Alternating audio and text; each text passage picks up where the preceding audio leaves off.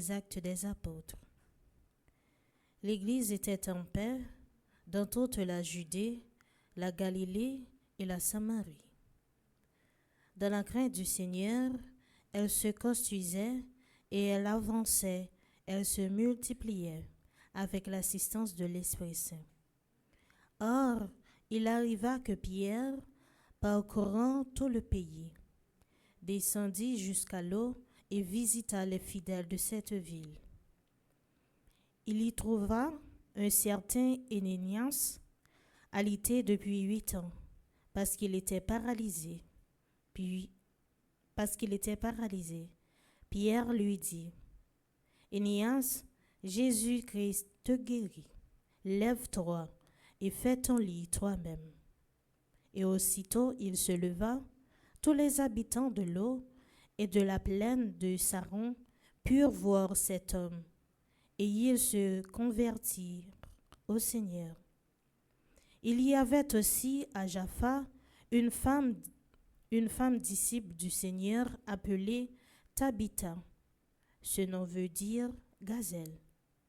Toute sa vie se passait en bonne action et en aumône. Or, il arriva en ces jours-là qu'elle tomba malade et qu'elle mourut. Après la toilette funèbre, on la déposa dans la chambre du haut.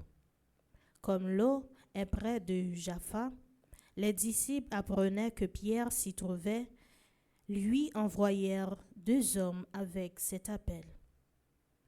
Viens chez nous sans tarder. Pierre se mit en route avec eux.